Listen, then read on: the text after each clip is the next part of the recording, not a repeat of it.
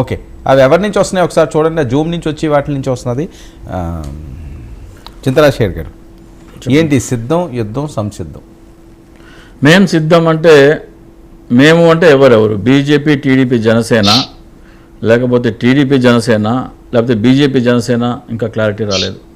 అఫీషియల్గా ఈరోజు వరకు బీజేపీతో పొత్తు ఉన్నదా లేదా అనేది, అంటే అఫీషియల్గా అయితే ఉన్నది, అఫీషియల్గా అది లేదు అనేంత వరకు వచ్చాడు. కానీ ఇక్కడ సీట్ల సర్దుబాటు, మీటింగ్లు, ఇవన్నీ మొత్తం తెలుగుదేశంతో జరుగుతున్నాయి. సో మేము అనే దానికి పెద్ద క్వశ్చన్ మార్క్. మేము అంటే ఎవరు అనేది దానికి ఇంకా క్లారిటీ రావాల్సిన అవసరం ఉంది. ఇక షర్మిల గారి విషయానికి వస్తే, షర్మిల గారికి, జగన్మోహన్ రెడ్డి గారికి రాజకీయాల్లో ఇలాంటి గొడవలు అనేది మనం గతంలో ఇందిరాగాంధీ, మేనకా గాంధీని చూసాము, విజయరాజే సింధియా, మాధవరావు సింధియాని చూసాము. మొన్న ఎన్టీఆర్ గారి కుటుంబం చంద్రబాబు నాయుడు గారికి, హరికృష్ణ గారికి, మొన్న బాలకృష్ణ గారు జూనియర్ ఎన్టీఆర్ ఫ్లెక్స్, ఇవన్నీ కుటుంబాల్లో మనం చూస్తూనే ఉంటాం. సీరియస్గా తీసుకోవాల్సిన అవసరం లేదు. అయితే ఇక్కడ ప్రజలు ఏం చేస్తారంటే ఆ పార్టీ, ఆ నాయకులు రాష్ట్రానికి ఏం చేస్తారు అనే దాన్నే చూస్తారు వాడు. ఒకవేళ కనుక షర్మిల గారు రాహుల్ గాంధీ గారి చేత, ప్రియాంక గాంధీ చేత సభలు పెట్టించి ప్రత్యేక హోదా కోసం ఒక కార్యాచరణ చేపట్టి విస్తృతంగా పర్యటిస్తే కాంగ్రెస్ పార్టీ బలపడుతుంది అండ్ షర్మిల గారు కూడా బలపడతారు. సో వాళ్ళు చేసే కార్యాచరణ ఏంటి? కేవలం విపక్షాలు అందించే ఒక లైన్ తీసుకొని విపక్షాలు చేద్దామా, లేకపోతే ప్రజలకి, రాష్ట్రానికి ఉపయోగకరం ఏమైనా సరే పోరాటాలు ఏమైనా చేద్దామా, పార్టీ తరఫు నుంచి కానీ లేకపోతే ఆమె తరఫు నుంచి కానీ? పవన్ కళ్యాణ్ గారికి ఢిల్లీ నుంచి పిలుపు వచ్చిందట. చాలా కీలకమైన పరిణామాలు ఆంధ్రప్రదేశ్ రాజకీయాల్లో చోటు చేసుకోబోతున్నాయట. ఏమయ్యే అవకాశం ఉంది? ఢిల్లీ నుంచి పిలుపు వస్తే రెండు పరిణామాలు ఉంటాయి. ఒకటి, బీజేపీ, టీడీపీ, జనసేన ట్రయాంగులర్ పొత్తు ఉంటుంది. లేదా మీరు టీడీపీతో వెళ్తే మాతో పొత్తు తెంచుకోండి అనేది ఉంటుంది. రెండింటిలో ఏదో ఒకటి జరగాలి. బీజేపీకి గత ఎన్నికల్లో 0.83% ఓట్లు వచ్చాయి. ఆంధ్రప్రదేశ్ నుంచి దాదాపు ప్రజలందరూ ఒక విధంగా వెలివేశారు భారతీయ జనతా పార్టీకి. అటువంటి భారతీయ జనతా పార్టీతో పొత్తు పెట్టుకుంటే అదనంగా కలిసి వచ్చే అడ్వాంటేజ్ ఏమి తెలుగుదేశానికి, బీజేపీకి, జనసేనకి కానీ ఉంటుందని నేనైతే అనుకోవట్లేదు. అటువంటి పార్టీతో అఫీషియల్గా పొత్తు పెట్టుకుంటే నష్టపోతారే తప్ప లాభపడతారని మనకున్న ప్రస్తుత పరిస్థితులు చెప్తున్నాయి. సో బీజేపీ వచ్చినందువల్ల పొత్తులోకి ఒక విధంగా చెప్పాలంటే బీజేపీతో ట్రయాంగులర్ ఫైట్ కంటే కూడా తెలుగుదేశం, జనసేన కలిసి పోటీ చేస్తేనే ఎక్కువ లబ్ధి చెందే అవకాశం ఉంది. అంటే బీజేపీ వ్యతిరేకత ప్రభావం ఈ పొత్తు మీద పడకుండా ఉండాలంటే బీజేపీతో దూరంగా ఉండి పోటీ చేస్తేనే వీళ్ళు ఎక్కువ ఓట్లు తీసుకునే అవకాశం ఉంది. ఎందుకంటే బీజేపీ పట్ల ఒక వ్యతిరేకత ఉంది ఆంధ్రప్రదేశ్లో, ఇప్పటికీ ఉంది. సో అది ఇంకా కొనసాగుతుంది. ఆ నేపథ్యంలో ఆయన వెళ్ళి పొత్తు తెంచుకుంటారా, ఉంచుకుంటారా, అది ఆయన పూర్తిగా ఆయన నిర్ణయం. కానీ అది దానివల్ల పెద్ద నష్టమే తప్ప బీజేపీ ఉంటే లాభం అయితే ఏం లేదు. Right, okay. వివేక్ చెప్పండి. Right, okay. బీజేపీతో వెళ్ళడం వల్ల పెద్దగా కలిసి వచ్చింది ఏమీ లేదు. పవన్ కళ్యాణ్ గారు నేడో రేపో ఢిల్లీ వెళ్తున్నారని చెప్పి బాగా టాక్ నడుస్తున్న నేపథ్యం. ఓకే, తెలుగుదేశం పార్టీతో వెళ్తేనే మీకు వర్కౌట్ అవుతుందేమో చెప్పించి ఓట్ శాంతంలో ఏంటి వాళ్ళతోటి వెళ్ళి ఇబ్బందులు పడతాయేమో మీ పొత్తు పార్టీలు అని చెప్పి మాట్లాడే పరిస్థితి వాస్తవా? మీరు అదే ఆలోచనలో ఉన్నారా కాదా? పరిస్థితి ఎవరు చెప్పిన పరిస్థితి? అది చెప్పిన పరిస్థితి లేకపోతే బయట చెప్పిన పరిస్థితి, జనాలు చెప్పినదా లేకపోతే ఎవరన్నా చెప్పారా? సరే పోనీ మీరేమనుకుంటున్నారు చెప్పండి. నేనైతే చిలక జోస్యం గారు చెప్పుకుంటారు కదా చెట్ల కింద, వాళ్ళ గురించి అయితే చెప్పను. కానీ మేమే అనుకుంటాం, మా పార్టీలో చెప్తాను. మేము 2014లోనే మోదీ గారు ప్రధానమంత్రి కావాలని కోరుకున్న వ్యక్తుల్లో మా అధినాయకుడు ఒకరు. ఈ రాష్ట్రానికి, దేశానికి లేకపోతే మేలు జరుగుతుందని కోరుకొని మద్దతు ఇచ్చిన వ్యక్తి ఆయన. రాష్ట్రానికి మేలు చేయలేదు కాబట్టి విభేదించాము.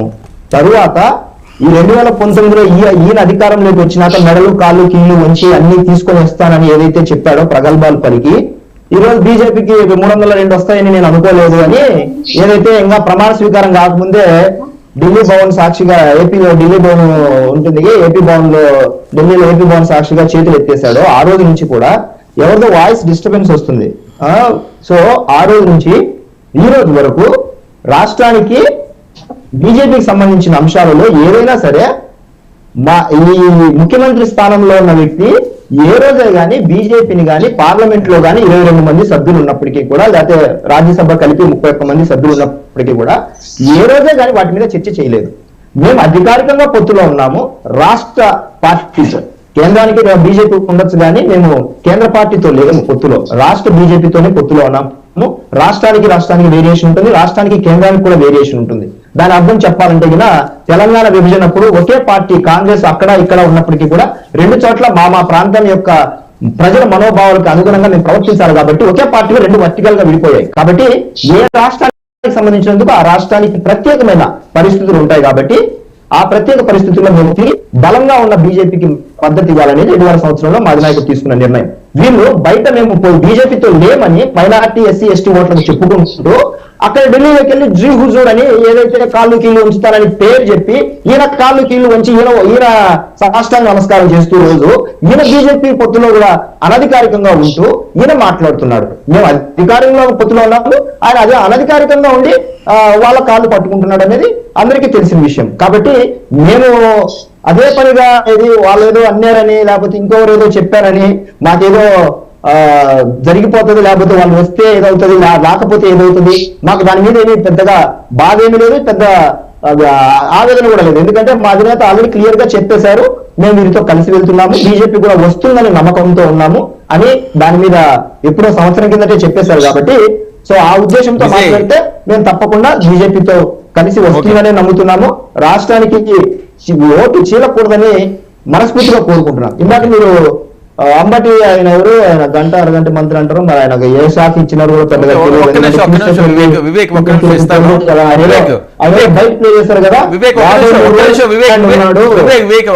మాట్లాడదు. కానీ విజయ్ మీ దగ్గర నుంచి డిస్టర్బెన్స్ వస్తున్న సైడ్ నుంచి ప్లీజ్ విజయ్ అది కొద్దిగా సెట్ చేసుకోండి ప్లీజ్. ఈ లోపు వివేక్ మాట్లాడతాను, మీ దగ్గరికి వస్తాను, మీ దగ్గర సైడ్ డిస్టర్బెన్స్ వస్తున్నది. వివేక్ ప్లీజ్. నాది కాదు వరం గారు. Okay Vivek please. ఇందాక ఆయన 53 రోజులు చంద్రబాబు జైల్లో ఉన్నాడు, రిమాండ్ లో ఉన్నాడు అన్నాడు. మరి మీ పార్టీ అధినేత 500 రోజులు ఏడున్నాడు 500 రోజులు భారతరత్న అవార్డు తీసుకోండి ఢిల్లీ పోయి ఆడేమన్నా ధర్నా చేసినాడా? 500 రోజులు రిమాండ్ లోనే పెట్టిండేది. ఈడీ కేసులు, సిబిఐ కేసులు అవి ఇంకా నిరూపణ కాలేదు, ఆయనకు నిరూపణ కాలేదు. వీళ్ళు ప్రతిరోజు 53 రోజులు జైల్లో ఉన్నాడు అంటాడు, మీరు 500 రోజులు జైల్లో ఉన్నారు కదా. ఇంత చిన్న విషయం కూడా తెలియదా వీళ్ళకి? నాకు అర్థమే కాదు. ప్రతిసారి ఆయన జైల్లో ఉన్నాడు అంటున్నాడు, మీరేమన్నారు మరి 500 రోజులు? మీరేమన్నా తపస్సు చేస్తున్నారా హిమాలయాల్లో దేవుని కోసం ఏమన్నా? లేకపోతే ఏమన్నా వాటికన్ సిటీకి పోయి ఏమన్నా అక్కడ ఏమన్నా దీక్షలో ఉన్నారా? లేదు కదా. ఎందుకు ఇలాంటి జనాలు ఏదో ఎర్రోళ్ళు లేకపోతే ఏమీ తెలియదని అనుకుంటారేమో, మరి ఏమో అర్థం కాదు. తర్వాత ఇంకోటి ఏంటంటే దమ్ము ధైర్యం లేక కలిసి వస్తున్నారని నాకు వైసీపీ ప్రతినిధి అంటున్నాడు.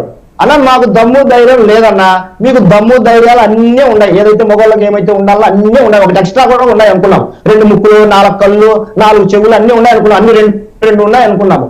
మీరు రాండి, మరి మీరు ధైర్యంగా రాండి. మాకు దమ్ము ధైర్యాలు లేవు, మరి మా మీద ఎందుకు పడి రోజు సభలో తిట్టడము? మీకు అన్ని ఉంటాయి కదా డబల్ గా.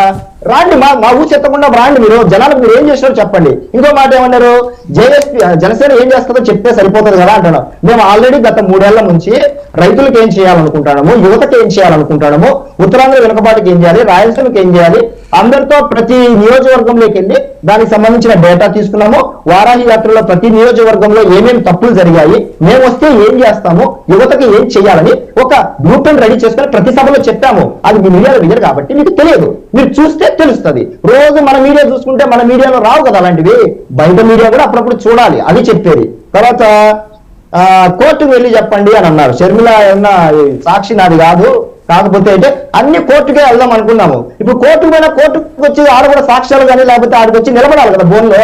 కోర్టుకు వచ్చే ఇప్పుడు కోడికత్తి కేసు ఉంది, లేకపోతే చాలా కేసులు ఉన్నాయి. నేను రాను వాయిదాలు కంటే ఇప్పుడు ఆమె షర్మిల గారు కూడా కేసు వేసినా కూడా నాది సాక్షి నాదని చెప్పినా కూడా వాటికైనా కేసుకు రావాలి కదా, అటెండ్ కావాలి కదా. మీరేమో కేసు వేసుకోండి బాగానే అంటున్నారు. సో అన్నిటికీ కేసు వేసుకొని అన్ని సాల్వ్ చేసుకోవాలని బాగానే మంచి తీర్పు ఇచ్చారు. తర్వాత వర్మ గారు మనం గమనించారు, మీరు ఇన్ని రోజులు వైఎస్ షర్మిల అనే పేరు మనకు వైఎస్ షర్మిల అనే తెలుసు మనకు, కానీ కొత్తగా విలువలు విశ్వసనీయత మీడియాలో కూర్చునే ఈ మేధావులు లేకపోతే వారి యొక్క గొప్ప గొప్ప యాంకర్లు వాళ్ళైతే ఏదైతే ఒక కొత్త రకమైన పేరు కనిపెట్టారు. ఏదో మొరుసుపల్లి షర్మిల అంట, ఆమె పేరు మాకు తెలుసు ఇన్ని రోజులు. అంటే ఆమె చెల్లెలు హోదా పోయింది, తర్వాత ఆమె రాజశేఖర రెడ్డి కూతురు హోదా పోయింది, అన్ని హోదాలు పోయి ఆమెకు ఒక కొత్త ఇంటి పేరు కూడా తగిలిచ్చారు.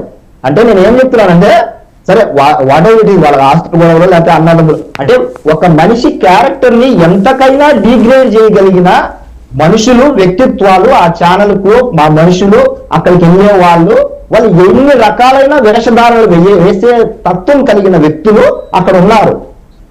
ఏది మన సొంత రక్తమైనా సరే మనకి ఎదురు తిరిగితే వాళ్ళ క్యారెక్టర్ ని ఏ రకంగానైనా అసాసినేట్ చేయొచ్చు అని చెప్పడానికి ఈ వైఎస్ఆర్సీపీ అనే ఒక పార్టీ, ఏదైతే యువజన శ్రామిక రైతు కాంగ్రెస్ పార్టీ చెప్పుకోరు కదా వాళ్ళు ఎప్పుడు, నేను పదే ఎందుకు చెప్తూ ఉంటానంటే వాళ్ళ పార్టీలో ఆ మూడుకు సంబంధించిన యువజనులకు, రైతులకు, శ్రామికులకు ఏం చేయలేదు కాబట్టి వైఎస్ఆర్ అనే బొమ్మను పెట్టుకొని నడుపుతున్నారు కాబట్టి పార్టీని అప్పుడప్పుడు గుర్తు చేస్తూ ఉంటారు.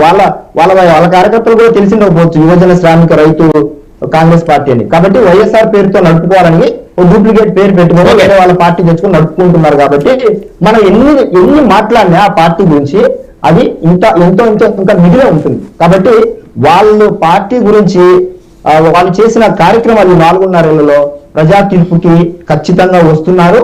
ఆ భయం వాళ్ళకు ఉంది కాబట్టి, ఆ తప్పు చేసిన భయం ఉంది కాబట్టి ప్రతి సభలో ప్రతి సందర్భంలో క్యారెక్టర్ అసాసినేషన్లు చేసుకుంటూ అదే ఒక బలమైన ఆయుధంగా వాళ్ళు మాట్లాడుతున్నారు. కాబట్టి అది వాళ్ళకి ఈరోజు బూమరాంగ్ అయింది, వాళ్ళ పార్టీ వ్యక్తులకే బూమరాంగ్ అయింది, సకల ప్రజలు కూడా దాన్ని బూమరాంగ్ గా తిప్పి కొడుతున్నారు. కాబట్టి ఎలక్షన్ కి సంసిద్ధంగా ఉన్నాము, అదే మేము ప్రజలకు చెప్పబోతున్నాము. మేమేం వస్తే ఏం చేస్తామో కూడా గత సంవత్సరం నుంచి చెప్తున్నాము.